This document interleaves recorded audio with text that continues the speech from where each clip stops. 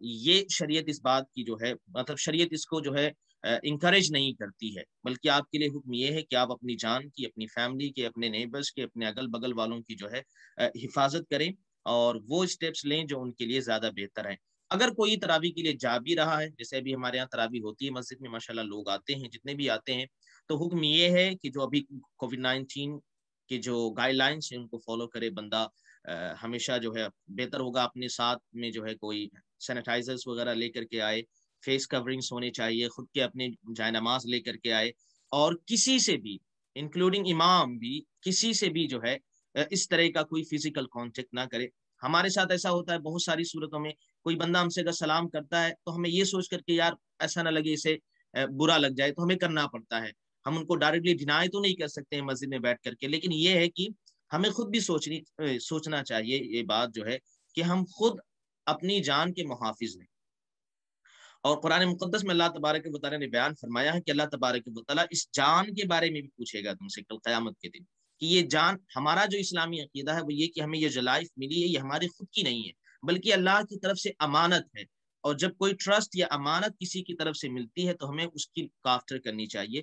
تو اللہ تبارک و تعالیٰ کی طرف سے یہ جان ملی ہے، یہ لائف ملا ہے ہمیں، تو بہتر یہ ہے کہ ہم اسے نیک کاموں میں استعمال کریں اور اپنی جان کو ادھر ادھر جو ہے رسک پہ نہ رکھیں۔ تو اب حکم یہ ہے کہ جو اپنے گھروں میں نماز پڑھ سکتے ہیں، تراویح بھی پڑھ سکتے ہیں، ان کے لیے حکم یہ ہے کہ اپنے گھروں میں پڑھیں، اور جو مسجد میں آنا چاہتے ہیں تو مسجدیں ابھی کھلی ہوئی ہیں، ساری گائیڈ لائنس کو فالو کرتے ہوئے آئیں اور اس کے بعد نماز ادا کریں۔ دوسرا جو سوال ہے ویکسین کے حوالے سے، اس پہ تو کافی ماشاءاللہ آپ لوگوں نے کافی اویئرنیس پیدا کی، آرٹیکلس بھی لکھے گئے، ویڈیو کلپس بھی بنائے گئے۔ شریعت اس بات کی بلکہ اس کو موٹیویٹ اور انکریج کرتی ہے، جیسے کہ حدیث پاک کی روشنی میں عرض کروں، حدیث پاک میں آقا کریم صلی اللہ علیہ وسلم آپ نے بیان فرمایا لِكُلِّ دَاءٍ دَوَاءٌ، کہ کوئی بھی بیماری ہو اللہ تبارک و تعالیٰ نے بیماری کے ساتھ اس کی دوا، اس کا علاج بھی جو ہے اللہ تبارک و تعالیٰ نے بنا دیا ہے۔ ہمیں نہ ملے وہ الگ چیز ہے، ہمیں ایک وقت کے بعد، جیسے کووڈ-19 آیا لیکن اس سے پہلے اس کے ویکسینز نہیں تھے، لیکن جو ہے ڈاکٹرز نے، ایکسپرٹس نے مل کر کے اس کو بنایا، وہ چیز آ گئی۔ تو کہتے ہیں کہ دوائی، میڈیکیشنز اور ٹریٹمنٹ کرانا یہ سنت ہے، اس میں کوئی حرج نہیں، بلکہ یہ علماء نے بیان فرمایا کہ یہ لازم ہے آپ کے اوپر۔ اگر آپ کو فیل ہوتا ہے، اس سے پہلے میں نے عرض کیا کہ یہ لائف اللہ کی طرف سے امانت ہے، اس کو جس اعتبار سے آپ لک آفٹر کر سکتے ہو، آپ پر حق ہے کہ آپ لک آفٹر کریں اس کی، اور اگر آپ لک آفٹر نہیں کرتے ہیں تو اللہ کی بارگاہ میں آپ اکاؤنٹیبل ہوں گے، رسپانسبل ہوں گے اس کے بارے میں۔ اسی کے ضمن میں جو ہے ویکسینیشن یا اس طرح کی جو بھی چیزیں ہوں، اگر وہ چیزیں حلال ہیں، پیور ہیں، جیسا کہ ویکسین کے حوالے میں یہ بات واضح ہو چکی ہے، ثابت ہو چکی ہے کہ ایسی کوئی چیز اس میں نہیں ہے، تو اب بلکہ مسلم امہ کو، سارے مسلمان بھائیوں کو بغیر کسی ہیجیٹیشن کے، بغیر کسی جو ہے تردد کے، شک اور ڈاؤٹ کے جو ہے اسے لینا چاہیے۔ بلکہ علماء نے یہاں تک بیان فرمایا ہے کہ ویکسین لینا یہ کار ثواب ہے، ثواب کا کام ہے، کیونکہ آپ اپنی جان کی بھی حفاظت کر رہے ہو، اپنی فیملی، اپنے اگل بگل، اپنے نیبرز جو آپ کی کولیگس ہیں، جو آپ کے ساتھ کام کرنے والے، ان کی جان بھی آپ کے ذریعے سے محفوظ ہو رہی ہے۔ اور اسلامی شریعت کا قاعدہ یہ ہے کہ جس بندے نے کسی ایک کی جان بچائی، اس نے گویا کی پوری انسانیت کی حفاظت کی ہے، اور اللہ تبارک و تعالیٰ اس کے ذریعے سے اس پر جو ہے ثواب اسے عطا فرمائے گا۔ شکریہ امام صاحب۔ افطاری کا وقت آنے والا ہے، 1 گھنٹہ سے اوپر ٹائم رہتا ہے، سو جلدی سے جو کوشچنز ہیں میں پوچھتا ہوں۔ ڈاکٹر اشفاق، آپ کے ڈائبیٹک پیشنٹس کو آپ کیا مشورہ دیں گے جب ہم سوچتے ہیں کووڈ ویکسین لینے کا؟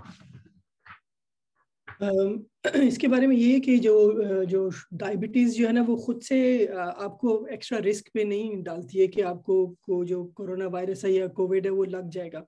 تو آپ کو وہ جو احتیاط وہی والی فالو کرنی چاہیے جو کہ جنرل پاپولیشن جو لوگوں کے لیے ہوتی ہے۔ مگر اس چیز کا خیال کرنا ہوتا ہے ایک شوگر کے پیشنٹ کو یا ڈائبیٹک پیشنٹ کو کہ ایک دفعہ اگر آپ کو انفیکشن ہو جائے تو اس کے اثرات آپ پہ جو ہے نا وہ زیادہ ہو سکتے ہیں دوسرے لوگوں کے مطابق، مطلب یہ کہ وہ آپ کو زیادہ افیکٹ کر سکتے ہیں، آپ زیادہ بیمار ہو سکتے ہیں۔ تو یہ کہ اس لیے بہتر ہے کہ آپ prevention is better than the cure والی بات ہے کہ آپ بہتر ہے کہ آپ احتیاط پہلے سے ہی کریں اور کوشش کریں کہ آپ انفیکشن کو کیچ نہ کر سکیں، کیونکہ اگر ایک دفعہ ہو جائے تو آپ کی جو رسک ہے وہ جو ہے نا وہ زیادہ ہے کہ آپ زیادہ بیمار ہوں گے اور لوگوں کی نسبت۔ جہاں تک ویکسینیشن کا ہے کہ اس میں جس طرح امام صاحب نے بہت اچھی طرح سے سمجھایا ہے، اور کمپلیٹلی ایگری ود اٹ کہ ہم نے مطلب ویکسینیشن ڈائبیٹک پیشنٹ کو لینی چاہیے، کیونکہ یہ ان لوگوں میں کمپلیکیشنز جو ہیں وہ یہ اثرات زیادہ ہوتے ہیں. تو بہتر ہے کہ وہ اپنی ویکسینیشن کروائیں تاکہ آگے کمپلیکیشنز یا جو آگے ان کی جو ہے نا صحت پہ زیادہ برے اثرات مؤثر نہ ہوں. تو I would fully support and encourage کہ ویکسینیشن ڈائبیٹک پیشنٹ کو کرانی چاہیے، بلکہ جلدی کرانی چاہیے تاکہ اس کا فائدہ پہنچ سکے ان کو وقت پر، بجائے کہ انفیکشن ہو جائے اور پھر وہ زیادہ بیمار ہو جائے. ڈاکٹر ما، یہ جو ڈاکٹر اشراق نے بتایا ڈائبیٹک پیشنٹس کے بارے میں، یہ دوسری بیماری کے لیے بھی سیم ہے یہ ایڈوائس؟ جزاک اللہ قاسم بھائی، بالکل ہے. دوسری بیماریاں جیسے ڈاکٹر عامر نے پہلے بتایا تھا کہ جو کرونک بیماریاں وہ بیماریاں جن کے لیے ہمیں زیادہ دیر تک دوائیاں کھانی پڑتی ہیں. بالکل جس طرح ڈائبٹیز ہے، اس طرح جو دوسری کرونک ڈیزیز یا کرونک بیماریاں ہیں ان کے اوپر بھی یہی بات لاگو ہوتی ہے. جو کرونک بیماریاں ہیں جیسے اگین ڈاکٹر عامر نے بتایا تھا کہ دل کی بیماری ہو گئی، یا آپ کو پھیپھڑوں کی بیماری ہو گئی، یا گردوں کی بیماری ہو گئی، کہ تھوڑا تھائرائڈ کے مسئلے ہوتے ہیں، کوئی آپ کو ہارمونل بیماریاں ہوتی ہیں. یہ وہ ساری چیزیں ہیں جیسے ڈاکٹر اشرت نے کہا کہ یہ آپ کو زیادہ رسک نہیں ہوتا کہ آپ کو دوسرے پاپولیشن کے مطابق آپ کو کرونا کیچ کرنے کا زیادہ رسک ہے. لیکن رسک یہ ہے کہ اگر خدا نخواستہ اگر کرونا یا کووڈ-19 سے انفیکشن ہو جائے تو اس کے برے اثرات آپ کی صحت پہ بہت زیادہ مرتب ہو سکتے ہیں. تو اس لیے پلیز سب یہ لوگ، اسپیشلی یہ لوگ جنہیں کرونک ڈیزیزز ہیں یا بیماریاں ہیں جن کا بھی ہم نے مینشن کیا ہے بار بار، تو وہ اپنے جو گورنمنٹ کے پروٹوکولز ہیں ان کو صحیح طور پہ اپنائیں، اپنی حفاظت کریں، اپنے پیاروں کی حفاظت کریں. اور ویکسین کے لیے جب بھی آپ کو بلایا جائے، کیونکہ ایک ویکسین ایک مؤثر طریقہ ہے ہمیں کووڈ-19 انفیکشن سے بچانے کے لیے اور اس کے مضر اثرات سے بچانے کے لیے، تو جب بھی بلایا جائے پلیز ویکسین کے لیے جائیں اور اپنے آپ کو اور اپنے پیاروں کو حفاظت کریں. شکریہ ڈاکٹر عمارہ. ڈاکٹر عامر، آپ کا ایک یہ اس پروگرام کا آخری سوال آپ کے پاس جاتا ہے. آپ کو پتا ہے کہ اب یہ ہمارا دوسرا رمضان ہے کرونا وائرس میں، اور ہم یہ روزہ رکھ رہے ہیں اس پینڈیمک میں. عام مسلمانوں کے لیے جو رمضان میں روزہ رکھتے ہیں، آپ کا کیا مشورہ ہے ان ٹرمز آف ہم یہ کرونا وائرس میں ہم رہ رہے ہیں؟ جی قاسم، بہت اچھا سوال ہے اور یہ ایڈوائس بہت ضروری ہے ہم لوگوں تک پہنچانی. دیکھیں، ہم نے 1 سال یہ جنگ لڑی ہے کرونا وائرس کے اگینسٹ، اور ویکسینیشن پروگرام بھی چل رہا ہے، مگر ہمیں یہ سمجھنا ضروری ہے کہ کرونا وائرس ختم نہیں ہوا ہے. ابھی ہم نیوز میں دیکھ رہے ہیں روزانہ کہ کیسز کہیں کہیں بڑھ رہے ہیں، کسی ملک میں اور بہت بڑھ گئے ہیں، امواتیں ہو رہی ہیں. تو بہت ضروری ہے کہ احتیاط جو گورنمنٹ نے بتائی ہے وہ ضروری ہے کہ ہم کرتے رہیں، جس میں 6 فٹ کا ایک دوسرے سے فاصلہ رکھنا، ہاتھوں کو بار بار دھونا 20 سیکنڈ تک، اور اپنا ماسک پہننا. جب بھی آپ باہر جائیں تو کسی سے ملیں تو ماسک پہنیں، 6 فٹ کا فاصلہ رکھیں. اگر آپ مسجد جا رہے ہیں تو کوشش کریں کہ مسجد ہوادار ہو، اور بند کمروں میں لوگوں سے نہ ملیں، ہوادار ہونے چاہیے، کھڑکیاں کھول دیں، دروازے کھول دیں مسجدوں کے. تو یہ جو ایڈوائز ہے پریونشن کی، یہ ابھی تک موجود ہے گورنمنٹ کے اسٹینڈنگ آپریٹنگ پروسیجرز میں بھی، ایس او پیز میں بھی، جہاں جہاں مسجدوں میں یا کلوز اسپیسز میں ہیں. تو یہ ان کو فالو کرنا بہت ضروری ہے. اور جب بھی ویکسین کی اپوائنٹمنٹ آتی ہے آپ ویکسین لگوائیں. ویکسینیشن ایک واحد طریقہ ہے جس سے ہم بچ سکتے ہیں. خدا نخواستہ کسی کو کووڈ لگ جاتا ہے تو جس طرح کے امام صاحب نے بیان کیا، پرنسپلز اسلام میں، دین میں موجود ہیں کہ آپ اگر بہت بیمار ہے تو آپ روزے نہ رکھیں، بعد میں اس کو پورا کریں. بس کافی حد تک کووڈ جو ہے اے سمپٹومیٹک یا بغیر کسی علامت کے بھی ہو سکتا ہے، تو اس حالت میں آپ روزہ رکھ سکتے ہیں بالکل. اور اگر آپ کو کوئی علامات نہیں ہے تو آپ روزہ رکھیں، مگر اپنی سیلف آئسولیشن ضرور کریں. مسجدوں میں نہ جائیں اور اپنے گھروں میں بیٹھ کے اپنی سیلف آئسولیشن کریں، روزے بھی رکھیں، عبادات بھی کریں. جو لوگ ایلڈرلی ہیں یا عمر دراز ہے تو ان کے لیے ہم خطرہ بن سکتے ہیں، تو ان سے ہمیں ان کو پروٹیکٹ کرنا بہت ضروری ہے. کیونکہ ہو سکتا ہے کہ ہمیں علامات نہ ہوں کووڈ کی، مگر ہم وہ کووڈ کا وائرس کسی اور کو دے دیں جس کو وہ نقصان پہنچا سکے. تو بہت ضروری ہے کہ ہم جو گورنمنٹ ایڈوائزز ہیں اس کو فالو کریں، اپنی ویکسینیشنز کروائیں، اور انشاءاللہ بہت جلد ہم یہ اس لاک ڈاؤنز اور کووڈ سے ہم باہر آ جائیں گے. کیونکہ یو کے کا بہت اچھا پروگرام اس وقت چل رہا ہے ویکسینیشن کا، اور الحمدللہ کافی حد تک کامیابی ملی ہے. شکریہ ڈاکٹر عامر. اور جیسے ہمارے آڈینس کو پتہ ہے ہولی ہولی ہماری ریسٹرکشنز جا رہی ہیں. ہم within the next weeks to months انشاءاللہ امید ہے کہ ہم دوسرے لوگوں سے مل سکتے ہیں, لیکن پھر بھی امپورٹنٹ ہے کہ ہم سب رولز فالو کریں, کیونکہ ہم دیکھ سکتے ہیں کہ انڈیا میں کیا ہو رہا ہے اور خطرہ ہے کہ کیسز واپس اوپر جا سکتے ہیں. اور فنش کرنے کے پہلے میں چاہتا ہوں کہ آپ لوگ کوئی چند الفاظ جو کہنا چاہتے ہیں آپ ان کنکلوژن. ڈاکٹر اشراق, آپ کے پاس کوئی میسج ہے آڈینس کے لیے؟ جی قاسم, تھینک یو. میرا میسج یہی ہے کہ بس اگر آپ نے روزے رکھنے ہیں رمضان کی تیاری کے لیے تو یاد رکھیں کہ وہ تیاری آپ کی تقریباً 2 سے 3 مہینے پہلے ہی شروع ہو جاتی ہے. رمضان کے آنے کا انتظار نہ کریں اور اپنی اپوائنٹمنٹ ہے نا جی پی سے اپنے ڈاکٹر سے بنا کے ایک پلان بنائیں, ایک طریقے سے کریں. اور اگر آپ کے لیے سیف ہے اور جس طرح آپ کے ڈاکٹر نے اگر آپ کو بول دیا کہ آپ رکھ سکتے ہیں تو اس کی تیاری پہلے سے کریں. پلیز آخر تک نہ رکھیں اور جو احتیاطات آپ کو بتائی جائیں اس کو فالو کریں. ڈاکٹر مالا, میرے پیغام یہی ہے کہ جیسے مولانا صاحب نے کہا کہ جو دین ہے وہ آسانی کا نام ہے, تو وہ لوگ میں جن کو کوئی بیماری ہے جنہیں دین نے بھی ایگزامپٹ کیا ہے اور میڈیکل بیک گراؤنڈ پہ بھی وہ ایگزامپٹ ہے, تو اپنے آپ کی جان کو مشکل میں ڈالنے کی ضرورت نہیں ہے.